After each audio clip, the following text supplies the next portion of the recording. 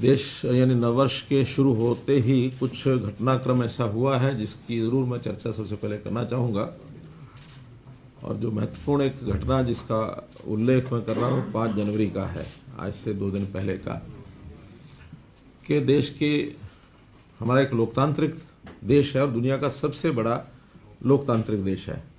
और सबसे बड़े लोकतांत्रिक देश के शासकीय मुखिया हमारे प्रधानमंत्री श्री नरेंद्र मोदी जी का जिस प्रकार से पंजाब में जो एक कार्यक्रम के अंदर अवरोध पैदा करने की जो चेष्टा की है और उसमें अवरोध पैदा भी हुआ है, किसी इतने बड़े देश के प्रधानमंत्री का किसी एक राज्य में इस प्रकार से अवरोध पैदा किया जाए तो ये निंदनीय है। इसको किसी भी सूरत में स्वीकार करना मैं कहता हूँ मूर्खता होगी। तो इसलिए इसकी निंदा के साथ साथ मैंने तो पंजाब में जो वर्तमान सरकार है उसको बर्खास्त करने की अपील भी की है और राष्ट्रपति शासन लगा करके ही और वहाँ के चुनाव होने चाहिए, क्योंकि चुनाव में आखिर सब पार्टियों के बड़े नेता भी आएंगे। देश के प्रधानमंत्री, क्योंकि उन्होंने स्वयं कहा है कि इस कार्यक्रम को मैं पोस्टपोन करता हूँ और इसमें दोबारा से कार्यक्रम करने के लिए ज़रूर आऊँगा, तो कोई भरोसा ऐसा नहीं किया जा सकता कि इस प्रकार की सुरक्षा व्यवस्था को पुनः बहाल कर पाएंगे। तो इसलिए इसकी मैं निंदा करता हूँ। और ये जो षड्यंत्रकारी जो घटनाक्रम किया गया वहाँ पर, इस को किसी भी तरीके से कोई भी देश और दुनिया का कोई भी लोकतंत्र में विश्वास रखने वाला नेता ये स्वीकार नहीं करेगा, क्योंकि देश के प्रधानमंत्री जो कोई सामान्य व्यक्ति नहीं है। मैं समझता हूँ कि आज तक के जितने प्रधानमंत्री हुए हैं उन सब में सबसे ज़्यादा लोकप्रिय ये प्रधानमंत्री हैं, क्योंकि इन्होंने देश के अंदर जितनी पुरानी समस्याएं थी, जितने ऐसे विषय थे जिनके ऊपर शायद प्रधानमंत्री जो पहले के रहे हैं उन्होंने हाथ लगाना भी स्वीकार नहीं किया होगा, उनको इन्होंने हल किया। यानी उदाहरण के लिए जम्मू कश्मीर के 370 के ऊपर कोई हाथ लगाने के लिए तैयार नहीं था। कितना बड़ा एक निर्णय लेकर के और 370 को निष्प्रभावी किया। राम जन्मभूमि जैसे मुद्दे को, जो यानी हजारों वर्ष का एक विवाद का विषय, कितनी उस पर लड़ाइयाँ भी हुई और देश के स्वतंत्र भारत के इतिहास का एक ऐसा बड़ा ये यानी विषय का निर्णय उन्होंने करके दिखाया और बहुत शांतिप्रिय तरीके से, कोई भी यानी किसी को खरोंच भी नहीं आई है, तो राम मंदिर के निर्माण का रास्ता सुनिश्चित किया। इसी प्रकार जो यानी एक प्रकार से देश के प्रति प्रेम रखने वाले जो लोग हैं, उनके साथ जो विदेशी लोगों का आवागमन होकर के और उसमें व्यवधान डालने की या जो देशद्रोही गतिविधियां करने के लिए जो प्रेरित करते थे, उनको रोकने के लिए भी सीसीए का जो एक्ट बनाया। और भले उसका कुछ विरोध भी हुआ हो, लेकिन उसको राष्ट्रभक्त नागरिक हमेशा उसको पसंद करता है कि हाँ ऐसे सब जो काम जो राष्ट्र के हित में हैं ऐसे उन्होंने किए हैं। और बड़े बड़े स्थानों का जो पुनरुद्धार, बद्रीनाथ धाम का जीर्णोद्धार किया, केदारनाथ धाम का जीर्णोद्धार किया, काशी विश्वनाथ मंदिर का हमने देखा है, ये भी उन्होंने किया। इन चीज़ों को कोई हाथ लगाने के लिए तैयार नहीं था। तो इस प्रकार से करोड़ों लोगों के श्रद्धा के पात्र हमारे वर्तमान प्रधानमंत्री नरेंद्र मोदी जी, उनके साथ जब ऐसी घटना, शर्मनाक घटना होती है, तो ये किसी भी रूप से स्वीकार नहीं की जा सकती और ये मैं समझता हूँ कि ये निंदनीय है। तो आज की मुख्य विषय में तो मुझे इतना ही बताना था। मैं आज प्रातःकाल मनसा देवी माता जीवनदायिनी, रक्षादायिनी, वहाँ जा कर के मैंने हवन यज्ञ भी किया और प्रधानमंत्री जी की दीर्घायु की कामना की, महामृत्युंजय मंत्र का पाठ किया। और उसके बाद भारतीय जनता पार्टी के सब नेता आज एक ज्ञापन दे करके भी आए हैं राज्यपाल महोदय को, और उसमें भी हमने उनसे आग्रह किया है कि राष्ट्रपति जी को निवेदन करें कि कठोर से कठोर कार्रवाई और पंजाब सरकार के खिलाफ ये होनी चाहिए। इसी प्रकार कुछ विषय जो और मैंने आपके सामने रखने हैं, उसमें एक विषय है, हमारे जो कांग्रेस के मित्र हैं एक अविश्वसनीय जिसको कहना चाहिए एक मैगजीन के आंकड़ों के आधार पर जितना वो झूठ बोलने का काम उन्होंने कर रखा है शुरू में, और वो है CMIE की मैगजीन का वो आंकड़ा बार बार दे करके बेरोजगारी का विषय करते हैं। बेरोजगारी के बारे में जो मैं आज अधिकृत आंकड़े आपके सामने रख रहा हूँ, क्योंकि हमने आपको पता 3 वर्ष से परिवार पहचान पत्र ये जो है कार्यक्रम शुरू किया हुआ है, और प्रदेश की पूरे परिवारों की जनगणना एक प्रकार से उसमें से होती है, और सबका रजिस्ट्रेशन 98% का रजिस्ट्रेशन उसमें मैं कह सकता हूँ हो गया है। लगभग 2 या 3% ऐसे लोग हैं जो अभी किन्हीं कारणों से शायद उन्होंने नहीं उसको किया होगा, लेकिन समय आने पर मुझे लगता है वो भी करेंगे। तो उसका जो रजिस्ट्रेशन है उसका कुल आंकड़ा इस समय मैं आपको बताता हूँ कि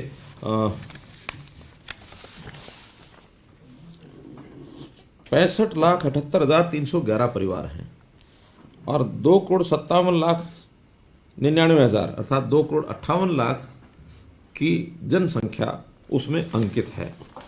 और जो बेरोजगारी की बात अगर मैं करता हूं तो इसमें 18 साल से 58 साल तक की जो आयु के लोग हैं वो इसमें 1,72,96,000 हैं, अर्थात 1,73,00,000 मोटा मोटा माने कि ये 18 से 58 वर्ष आयु के कुल जनसंख्या है। अगर उसमें हम अनएम्प्लॉयड लोगों की संख्या गिनते हैं तो 10,59,530 है, और ये वो है जिन्होंने अपने आप कहा है कि मैं बेरोजगार हूँ, मुझे रोजगार चाहिए। सेल्फ डिक्लेरेशन से बड़ा तो आंकड़ा नहीं हो सकता कोई, बाकी तो सबने सेल्फ डिक्लेयर किया है, और सबका आंकड़ा हमारे पास है कि जो 2,57,00,000 लोग हैं उन सब का जो डाटा है वो मेरे पास है। यानी उसके अंदर एडवोकेट्स हैं, एग्रीकल्चर लेबर है, सेंट्रल गवर्नमेंट एम्प्लॉई हैं, सेंट्रल PSU एम्प्लॉई हैं, चिल्ड्रन हैं। यानी इसमें अगर बच्चों का आंकड़ा तो 18 लाख तो बच्चे हैं, और कंस्ट्रक्शन वर्कर हैं, डॉक्टर्स हैं, employees of other state governments हैं, फार्मर्स हैं। 12,56,000 का आंकड़ा फार्मर्स का है, हाउसवाइफ्स हैं, इंडस्ट्रियल लेबर है, इन्फेंट हैं, लैंड ओनर है, लैंड ओनर फार्मर है, अदर लेबर है, पेंशनर्स हैं, प्राइवेट कंट्रैक्चुअल वर्कर्स हैं, प्राइवेट सेक्टर एम्प्लॉइज हैं, senior citizen old age pensioners हैं, shopkeepers, traders, businessman, state government PSUs, state government contractual employees, students, unorganised workers और unemployed. तो unemployed जो हैं 11,04,000, ये अगर टोटल हम आंकड़ा गिनते हैं, यानी जिसके अंदर कुछ ऐसे हैं जो 58 से ऊपर के भी हैं, वो भी अपने आप को अनएम्प्लॉयड कुछ लोगों ने कहा है, लेकिन मैं मान के चलता हूं कि 58 वर्ष से ऊपर के एम्प्लॉयमेंट का, यानी अनएम्प्लॉयड का एम्प्लॉयमेंट देने का काम सरकार की प्रयत्नों से तो नहीं हो सकता, अपने आप कोई करेगा। लेकिन 18 से 58 का जो मैंने आंकड़ा बताया है वो है, क्योंकि उसमें कॉलम था ना कि क्या काम करते हैं, इसलिए उनको भरना पड़ा कि हम कोई काम नहीं करते हैं, वो लेकिन बहुत थोड़े हैं, 1,000-1,500 ही, ज़्यादा नहीं है। तो इनका अगर मैं केवल 18 से 58 का आंकड़ा अगर बताता हूं कि 1,72,96,000 में से 10,59,530 लोग ये अनएम्प्लॉयड अपने आप को कह रहे हैं, जो 6.1% बनता है।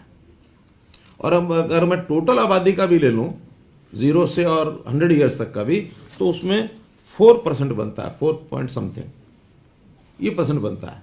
तो टोटल का लेने का कोई कारण नहीं है, केवल जो एम्प्लॉयबल जो संख्या है उसमें से जो अनएम्प्लॉयड जो हैं और जो अपने आप को अनएम्प्लॉयड कहते हैं वो संख्या 6.1% है। तो ये तो हमारे पास एक परिवार का आंकड़ा है, और अगर वो कोई 1,500 का सैंपल लेकर के इधर के उधर के ला करके, या फिर उसमें भी तरह तरह के अपने फैक्टर लगा करके और 34% कैसे वो करते हैं, जिस प्रदेश का 34% अनएम्प्लॉयड यूथ हो जाएगा उस दिन क्या बनेगा आपको पता है, मैं कुछ कमिट नहीं कर सकता। तो ये एक ऑथोरिटेटिवली मैंने आपके सामने ये विषय रखा है। और जो लेबर के भी जो आंकड़े हैं, लेबर फेडरेशन एक है, उन्होंने भी भारत में बेरोजगारी की दर जो बताई है वो 9.4% बताई है, और CMI ने उसको भी 7.4 बताया है, और हरियाणा में जो है 29.3, ये पिछले एक बार तो 34 बता गए वो, एक बार अभी 29 दिखा रहे हैं। यानी उनके जो आंकड़े हैं देश भर के हिसाब से कुछ है, हरियाणा के हिसाब से कुछ है। तो ऐसे आंकड़ों में केवल मैनिपुलेशन करके और राजनीतिक उसमें से हेतु निकालने का ये जो प्रचलन है, मैं इसको भी अच्छा नहीं मानता। राजनीति में इस प्रकार से नहीं होना चाहिए। तथ्य तथ्य है, तथ्यों को तथ्यों के आधार पर रखेंगे तो तभी उसका कोई एक विषय ठीक से बनेगा। 6.1 4% तो टोटल आबादी के हिसाब से अगर करते हैं, लेकिन उसको गिनना नहीं चाहिए क्योंकि वो तो बच्चे हैं, 18 साल से छोटे हैं, विद्यार्थी हैं या फिर 58 साल से ऊपर के हैं। उनमें अगर कोई संख्या जुड़ेगी तो उसका कोई अर्थ नहीं है। उनके खिलाफ कोई कार्रवाई नहीं करेंगे फिर आप? सरकार की छवि खराब होती है, सीएमआई बार-बार ऐसे आंकड़े निकालते। देखिए, अभी तो हम पॉलिटिकल जवाब दे रहे हैं और सीएमआई को भी मैं ज़रूर कोई इसका विषय हम एजी साहब से बात करेंगे कि इसके। साहब ने भी चिट्ठी लिखी थी जब वो थे एक बार इस पे, उनको सीएमआई को लिखा कि आपने तथ्य दुरुस्त करो, पिछले साल लिखी थी। नहीं, अब इस बार मैं एजी साहब से बात करूंगा कि उनके खिलाफ कोई कार्रवाई भी करनी होगी तब भी कराएंगे।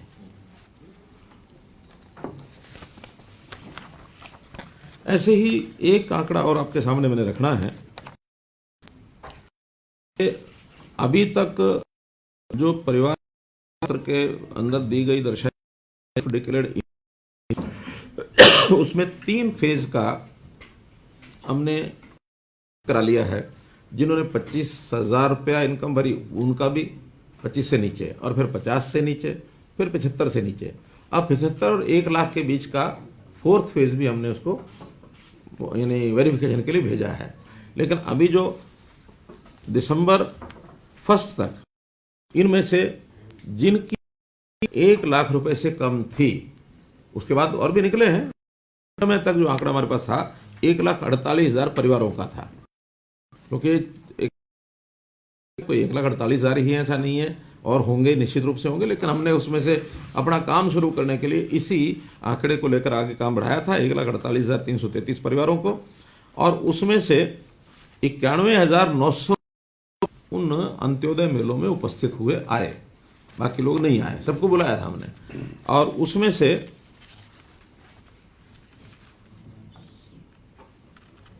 58,200 परिवार अलग अलग विभागों ने उनको ले लिया है कि देंगे, बैंक से सहायता लेके देंगे, खुद अपनी सब्सिडी है वो देंगे, बाकी सब कुछ करेंगे। और शेष परिवार जो काउंसलिंग के लिए हमारी जो टीमें हैं, काउंसलिंग टीमें जिलों की, उन के प्रकार की स्कीम बैंक यानी अब डिपार्टमेंट की स्कीमों में, और इसके अलावा वो क्या काम कर सकते हैं उनसे। इसमें आउटसोर्सिंग की बात मैंने नहीं पूछी थी। हो सकता है कुछ लोग उसमें आउटसोर्सिंग की इच्छा व्यक्त करें तो आउटसोर्सिंग में प्राइवेट नौकरी में भी जा सकते हैं, सरकारी में भी जा सकते हैं, जैसी आवश्यकता होगी वैसा करेंगे। और इसके अंदर से कुल जो स्वीकार कर लिए गए हैं इन 58,000 में से 27,600 परिवार तो ऐसे हैं उनको जो सहायता देनी है वो दी जा चुकी है, या अब वो बैंकों के माध्यम से बांटी जा रही है।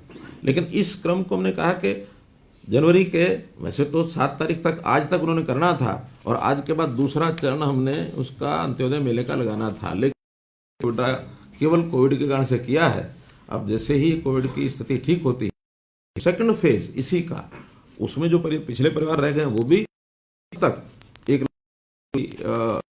और परिवार आएंगे, उनको लेंगे। निश्चित रूप से कोविड के खत्म होने पर हम सोचते हैं 31 मार्च से पहले इसको हम पूरा करें, क्योंकि हमारा टारगेट 1 लाख परिवारों को सहायता देने का 31 मार्च तक का है। अगर ये कोविड बाधा नहीं बनता है तो इसको हम जरूर उस समय तक पूरा कर लेंगे।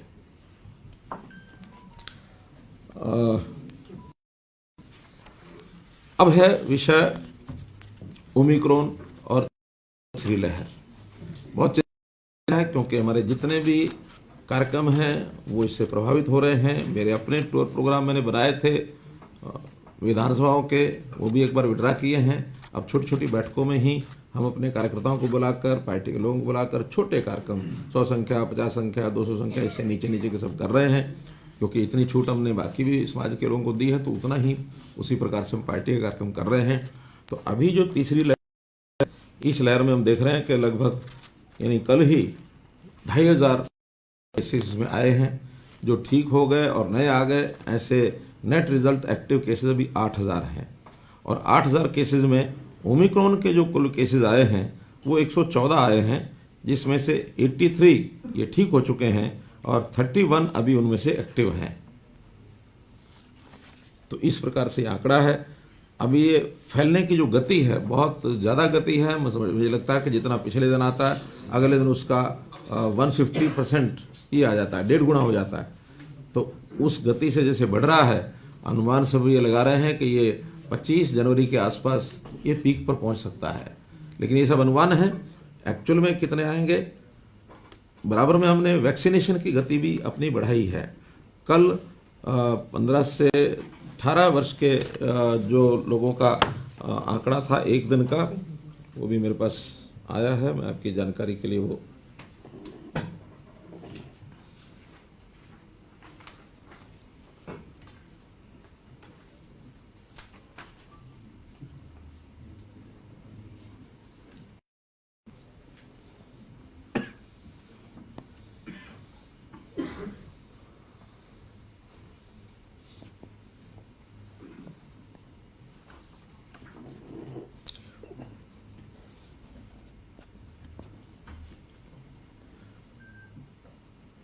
फर्स्ट डोज ये तो कुल आंकड़ा है, लेकिन कुल मिला के 1.25 लाख के 1.5 लाख के आसपास 15 से 18 था और 2.5 या 287 के आसपास ऐसा फर्स्ट डोज सेकंड डोज थी। कुल मिलाकर 4.5 लाख के आसपास एक दिन में कल वैक्सीनेशन हुई है। तो ये वैक्सीनेशन का जो कुल व्याप है वो 4 लाख से ऊपर ऊपर चल रहा है और उसमें जो हमारे टेस्टिंग है वो भी कोई 35,000 40,000 की टेस्टिंग डेली चल रही है और आवश्यकता पड़ने पर इसी गति को भी बढ़ाया जा सकता है। युवकों में काफ़ी उत्साह है। तो कुल मिलाकर 15.5 लाख के करीब 15 से 18 वर्ष के जो युवक हैं, हम बहुत जल्दी इन सबको वैक्सीनेशन का वो टीका लगा पाएंगे। सब व्यवस्थाएं कंट्रोल की गई हैं।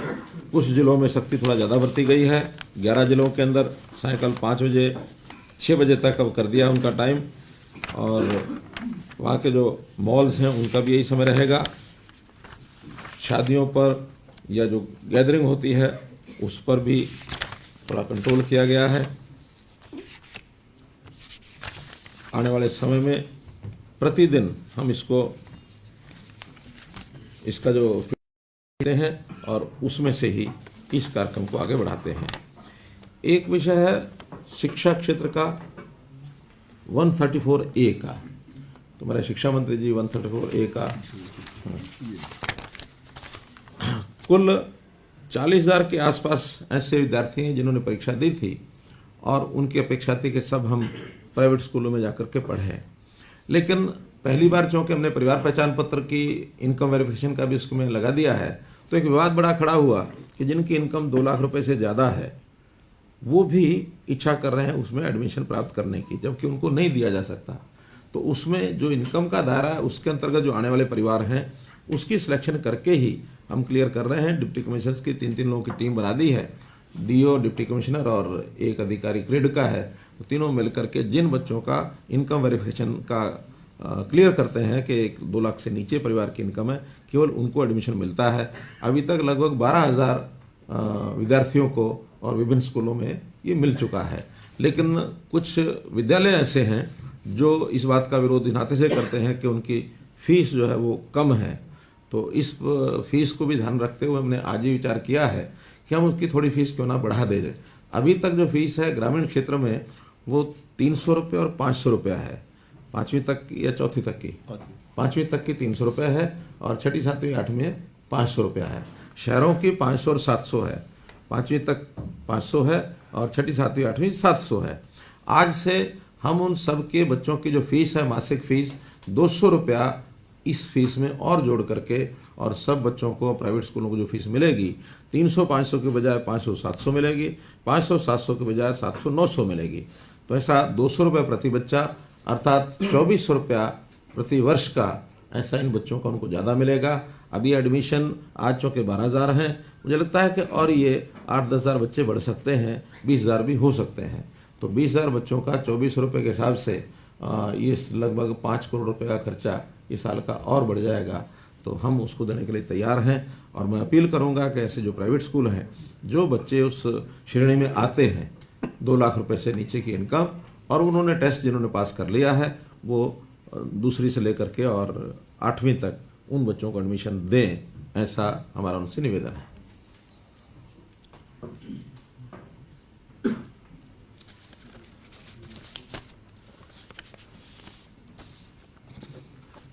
पावर डिपार्टमेंट की कल एक जानकारी हमने सबको मीडिया के माध्यम से दी है कि अब सौर ऊर्जा पर ध्यान किया जा रहा है। सौर ऊर्जा पिछले 5 वर्ष से ही हम इसमें गति जो दे रहे हैं, धीरे धीरे उसको बढ़ा रहे हैं। 2014 तक केवल मात्र 492 कनेक्शन सौर ऊर्जा के ट्यूबवेल्स के थे, और आज 25,500 कनेक्शंस तो दिए जा चुके हैं और 13,800 पर काम चल रहा है। ऐसे लगभग ये 39-40,000 कनेक्शन अभी हो जाएंगे। टारगेट हमारा 50,000 का है कि 50,000 ट्यूबवेल के कनेक्शन ये किसानों को उपलब्ध करा जाए। 10 मेगावाट, 5 हार्स पावर और 10 हार्स पावर, इस लेवल के ही कनेक्शन होंगे ताकि उनको बिजली का कनेक्शन ना लेना पड़े, और दिन के समय पावर वो अपनी सौर ऊर्जा के माध्यम से अपनी ट्यूबवेल को, जिनकी छोटी खेती है, 1 एकड़ है, 2 एकड़ है, 2.5 एकड़ है, और पानी का लेवल काफ़ी ऊंचा है, ऐसे सारे क्षेत्र में इन लोगों ने जो लेने की शुरुआत की है, एक बहुत अच्छा एक पग है और बहुत आगे हम बढ़ रहे हैं। इसमें किसान को सिर्फ 25% का खर्च लगाना पड़ता है, 75% उसमें सब्सिडी देते हैं। और इसके साथ दूसरी शर्त है कि माइक्रो इरिगेशन ही होना ज़रूरी है। हम खुला जो इरिगेशन का उसको डिस्करेज कर रहे हैं, ताकि माइक्रो इरिगेशन से पानी कम में खेती पूरी की जा सकती है। बचा हुआ पानी वो बाकी खेतों को दिया जा सकता है, और लेवल पानी का ज़मीन के नीचे वो भी बहुत नीचे ना गिरे। तो ऐसा एक इसके ऊपर भी हमने जोर लगाया है। हम डिस्करेज कर रहे हैं कि 50 हार्स पावर से ऊपर का पावर का कनेक्शन न दिया जाए, ट्यूबवेल न लगाया जाए। वहाँ पर नहरी पानी को और टैंक बना करके माइक्रो इरिगेशन के माध्यम से जो पंप लगा करके उस पानी का उपयोग करें माइक्रो इरिगेशन में, ताकि खेती उनको की जा सके। क्योंकि 50 हार्स पावर से नीचे का मतलब है कि 250, 300, 400 फुट नीचे पानी चला जाता है, तब वो 50, 55, 60 हार्स पावर की मोटरें भी लगती हैं। बिजली की खपत भी बहुत होती है।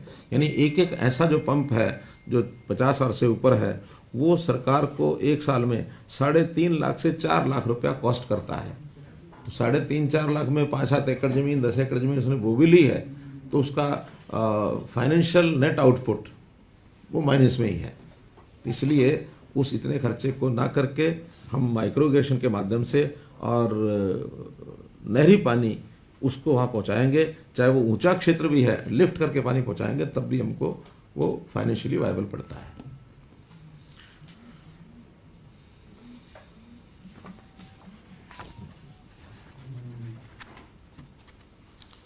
अभी हमारे विपक्षी मित्रों का एक खेल और चला है।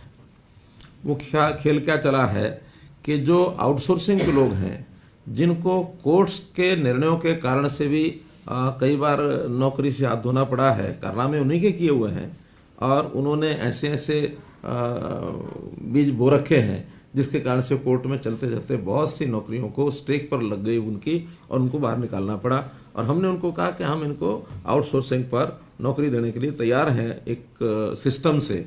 उसके लिए हमने हरियाणा कौशल रोजगार निगम ये बनाया है, और सबको अपील की है कि जिसको भी एक्सपीरियंस है सरकार के काम करने का, कोई भी एक्सपीरियंस, वो 1 साल हो सकता है, 2 साल हो सकता है, 5 साल हो सकता है, 10 साल हो सकता है, और किन्हीं कारणों से वो पक्की नौकरी से बाहर हो गए हैं, ऐसे सबको कहा कि वो पोर्टल पर अपने आप को रजिस्टर कराएं।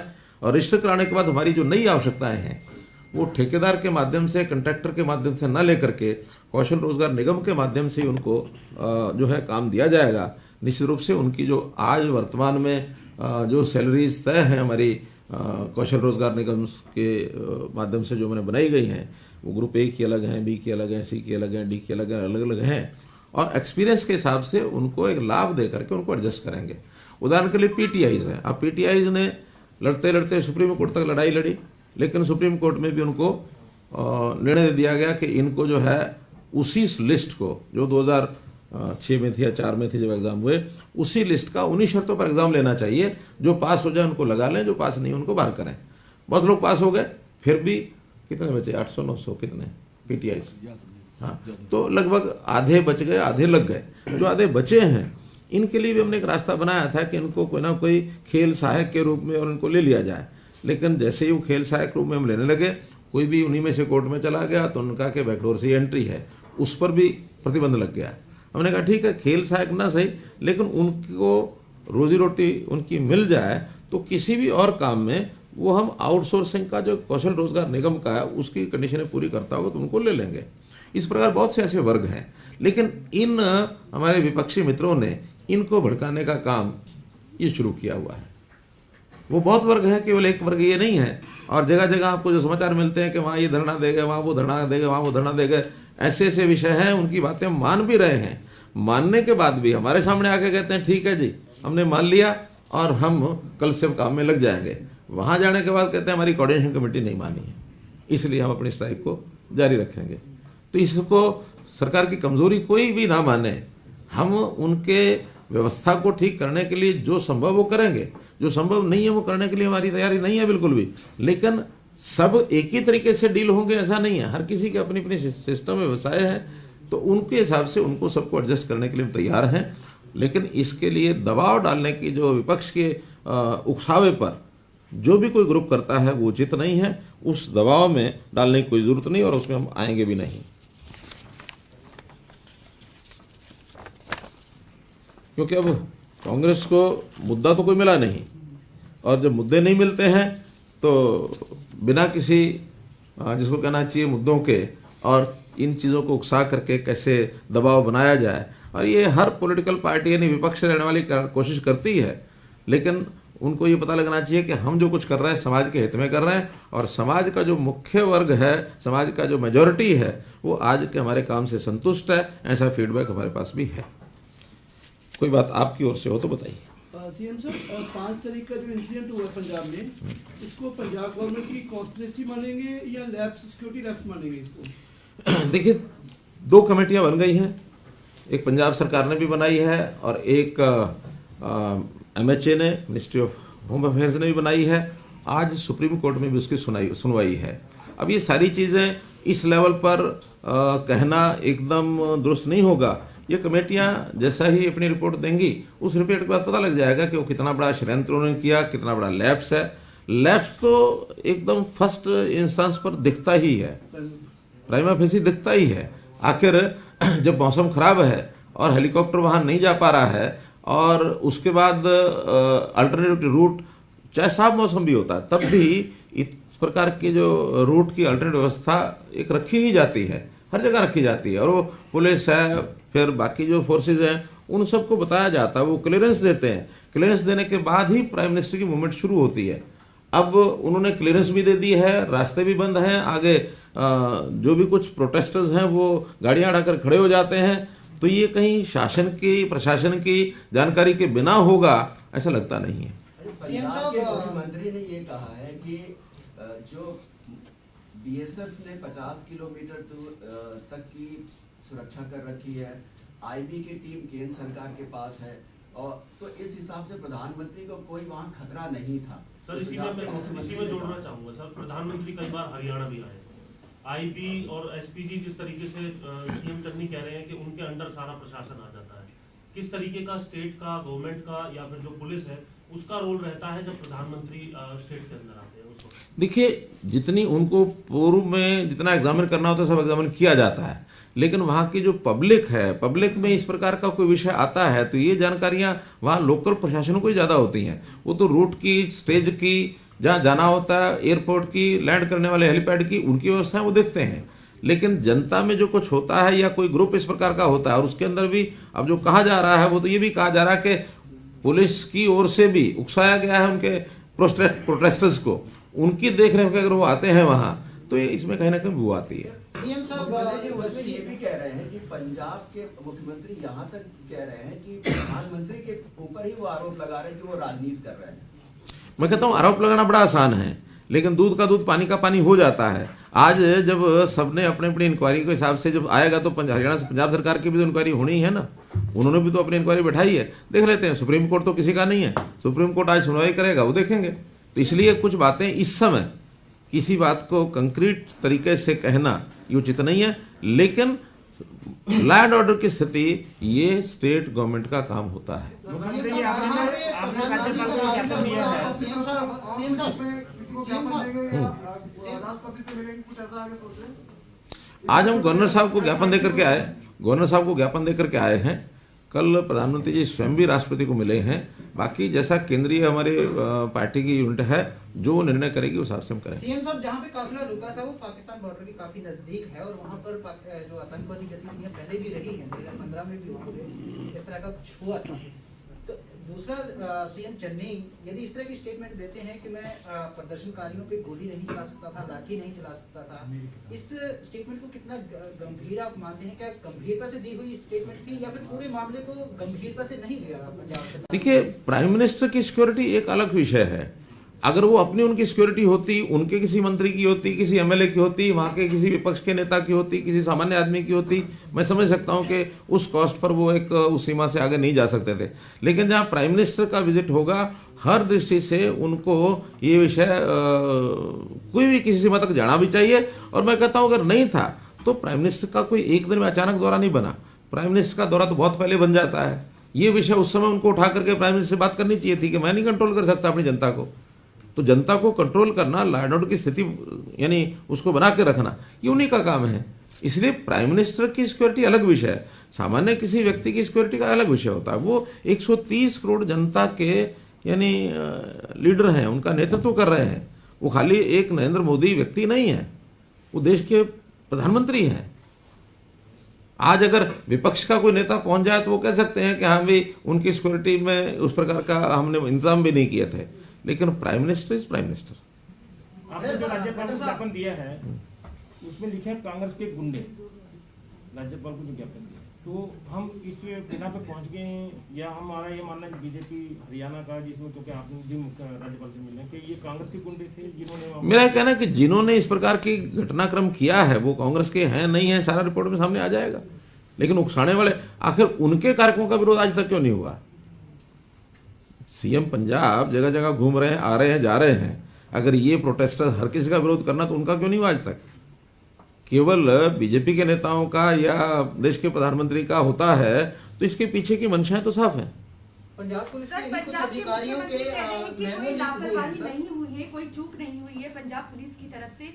क्या उनकी तरफ से जो कमेटी का गठन किया गया है उस पे यकीन है कि निष्पक्ष जांच हो पाएगी? क्योंकि वो तो केवल उनकी कमेटी नहीं है। पहली बात तो है कि अगर उन्होंने सर्टिफिकेट दे दिया है कि कोई चूक नहीं हुई है तो उनको कमेटी बनाने की जरूरत ही नहीं थी। जब उन्होंने कमेटी बनाई है तो कमेटी एमएचए ने भी बनाई है, सुप्रीम कोर्ट में भी विषय चल रहा है। ये दूध का दूध पानी का पानी 2-3 दिन में होने वाला है। पंजाब पुलिस के ये अधिकारियों के मेमो लीक हुए हैं। उन्होंने सर तीन बार प्रधानमंत्री के दौरे से तीन बार पहले अलर्ट किया था सरकार को कि ये रोड जो है वो क्लियर होने चाहिए। तो आपको लगता नहीं है कि इन सूचनाओं के बावजूद भी कहीं ना कहीं लापरवाही बरती गई है? हालांकि पूरी तरह से नकारा जा रहा है कि अचानक जो है दौरा बना। मैं तो कह रहा हूं कि ये सारी बातें 3 दिन के बाद होने वाली है। और इन सब में एक जो जिन्होंने प्रदर्शन किया था, प्रधानमंत्री का काफिला रोका था, कल उन्होंने संयुक्त किसान मोर्चा जो है उसने एक प्रेस नोट जारी किया है, आपको पता होगा कि हमें तो पता ही नहीं था कि यहाँ प्रधानमंत्री आ सकते हैं। हमें एसएसपी ने कहा भी प्रधानमंत्री से यहाँ गुजरने वाले हैं, हमें यकीन नहीं था कि प्रधानमंत्री रोड से क्यों गुजरेंगे। अगर हमें पता था कि प्रधानमंत्री यहाँ से गुजरेंगे तो हम रास्ता हटा लेते। तो उनका ये बयान को आप किस तरीके से देखते हैं? मेरा कहना कि अगर इस प्रकार से वो बयान देते हैं कि हमें पता होता तो इसका मतलब प्रशासन ने कुछ नहीं किया। वहाँ प्रशासन को उन लोगों को बताने का काम तो प्रशासन का था। पंजाब प्रशासन ऐसे किसान नेताओं को बाकियों को सब बता सकते थे और वो कहते हैं कि हाँ पता नहीं है और फिर भी वो आए हैं। तो ये भी हो सकता है कि उनको बता दिया हो इसलिए वो आए हैं। अगर उनको पता नहीं होता तो आते ही नहीं। वो तो कह रहे हैं एसएसपी ने कहा कि हम प्रधानमंत्री यहाँ से गुजरने वाले हैं, हट जाओ। सीएम चन्नी रूट जो है वो बता रहे थे पूरा प्रधानमंत्री का कि केवल बाय एयर रूट था हुसैनीवाला से भटिंडा जाने आने का। लेकिन कभी भी किसी भी ऐसे नेता के अल्टरनेटिव रूट सब जगह बनते हैं। यानी जहाँ उतरेंगे वहाँ से मौसम खराब होने का तो सबको पता ही है, पहले से ही पता है। आखिर 2 दिन से ही पता है कि वहाँ मौसम खराब हो सकता है। तो मौसम खराब होने के बाद तो उनको एंटिसिपेट सब करते हैं और ये प्रशासन का काम है कि अगर एंटिसिपेट किया है कि मौसम खराब है, हेलीकॉप्टर नहीं उड़ेगा तो कहाँ से जाएंगे? मशीन तो मशीन है। अब तो मौसम खराब है, मानो मौसम खराब न भी हो तो भी हेलीकॉप्टर के अलावा बाय रोड जाने का रास्ता एक अल्टरनेटिव रखता ही प्रशासन है, सब जगह रखते हैं। सीएम साहब, अगर ये जो पंजाब के मुख्यमंत्री की जो इस पूरे मामले में भूमिका है, उस मामले में कांग्रेस के जो शीर्ष नेतृत्व है यानी कांग्रेस का हाईकमान है, राहुल गांधी, सोनिया गांधी उनकी तरफ से कोई इस तरह की क्लियर स्टेटमेंट नहीं आ रहा, क्या क्या मानते हैं, क्या वो स्टेटमेंट देने के मैं समझता हूँ वो लायक ही नहीं है, क्योंकि अगर वो इसका समर्थन करते हैं पंजाब का तो मरते हैं, और अगर इनका विरोध करते हैं और मोदी जी के साथ खड़े होते हैं तो मरते हैं।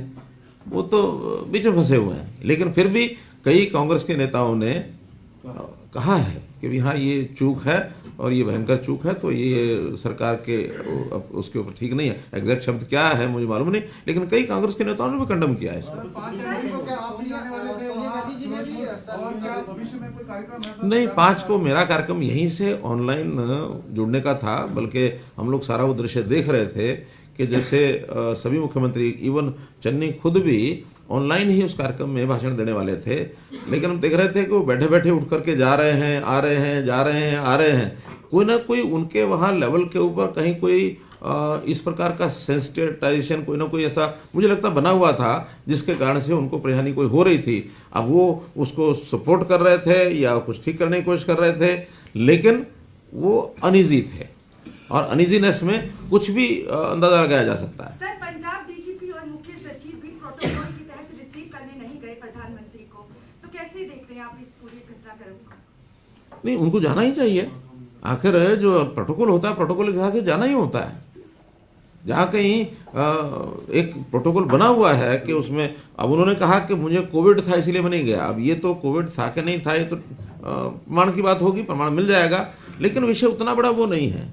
विषय तो इतना है कि अगर वो नहीं भी गए हैं प्रोटोकॉल में, उनको मान लो पॉलिटिकली उसका विरोध भी उन बातों का करना है, वो कोई इतना बड़ा एक्सक्यूज नहीं है। विषय तो है कि वहाँ पर पहुँचने में वो तो देश के प्रधानमंत्री को देश में कहीं भी जाने के लिए स्टेट गवर्नमेंट को रास्ता साफ करना ही चाहिए। खैर, कुल मिलाकर के सारे विषय जो आपके सामने आए हैं, मैं फिर से वही बात दोहराता हूँ कि तथ्य सामने आएंगे, सुप्रीम कोर्ट की रिपोर्ट भी आएगी, MHA ने भी कमेटी बनाई है वो भी आएगी, पंजाब सरकार ने बनाई है वो भी आएगी, और बहुत से ऐसे जो रिटायर्ड IAS IPS हैं वो भी इसके अंदर लगे हैं, एक्टिव हुए हैं। उन्होंने तो बड़ा पत्र लिखा है प्रधानमंत्री जी को भी, हाँ राष्ट्रपति जी को, कि ये जो कुछ घटनाक्रम हुआ है इससे हम शर्मिंदा है, नहीं होना चाहिए था, और उसमें कोई ना कुछ चीज़ें स्पष्ट होकर आएंगी। अभी तो कंडम हमने किया है, कंडम कर इसलिए कर रहे हैं कि ये स्टेट गवर्नमेंट का एकदम फॉल्ट है। आगे और कोई विषय एक विषय इसी से जुड़ा था, क्योंकि सुरजेवाला ने उसी दिन ट्वीट किया था कि प्रधानमंत्री की, क्योंकि रैली में लोग नहीं गए इसलिए प्रधानमंत्री वहां से लौट आए। मैं कहता हूँ टिप्पणी को आप किस तरीके से देखते हैं? नाच न जाने आंगन टेढ़ा,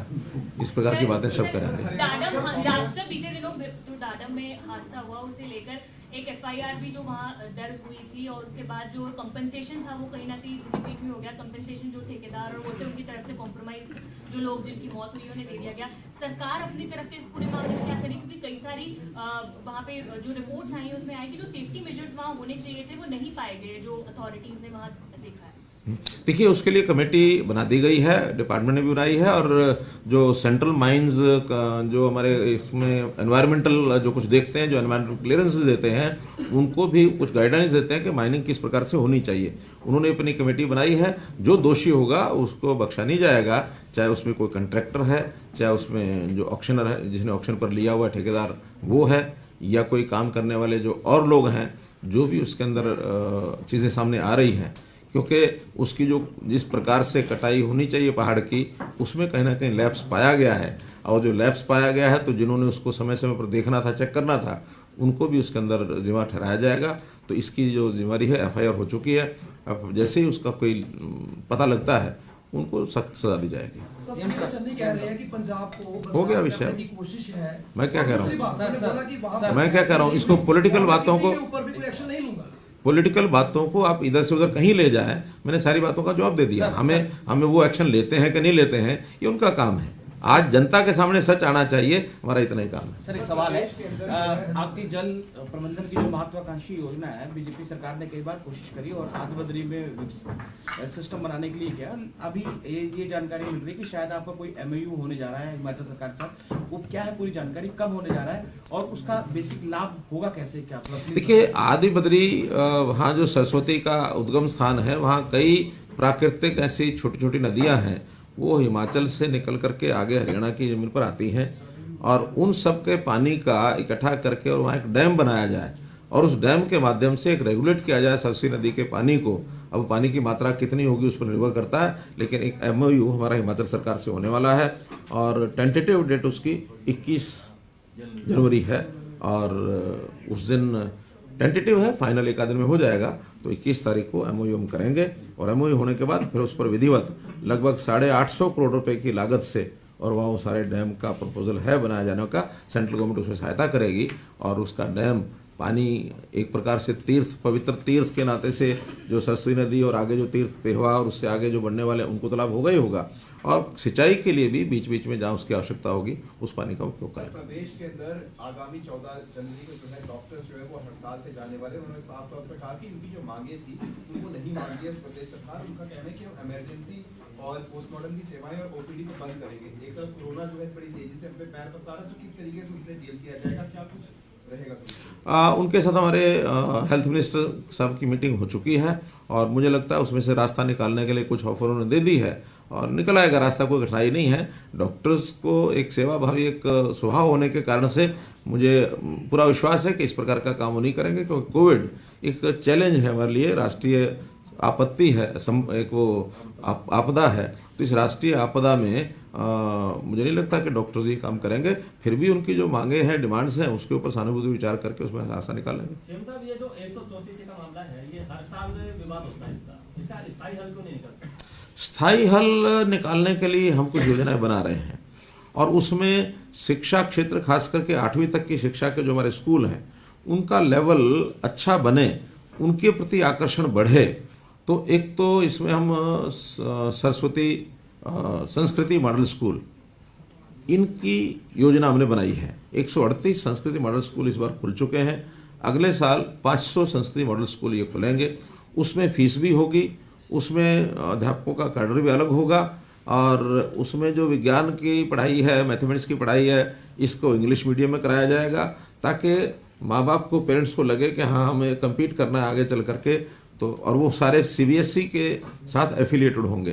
तो इस प्रकार से एक नया आयाम हम खड़ा कर रहे हैं और मुझे लगता है कि जब वो खड़े हो जाएंगे तो जो गरीब बच्चे हैं, 2 लाख रुपए से आय के कम के बच्चे हैं, और उनका टेस्ट हम कराएंगे। टेस्ट कराने के बाद उनको उसमें एडमिशन देंगे तो उनकी जो मांग है प्राइवेट स्कूलों में जाने की वो समाप्त हो जाएगी।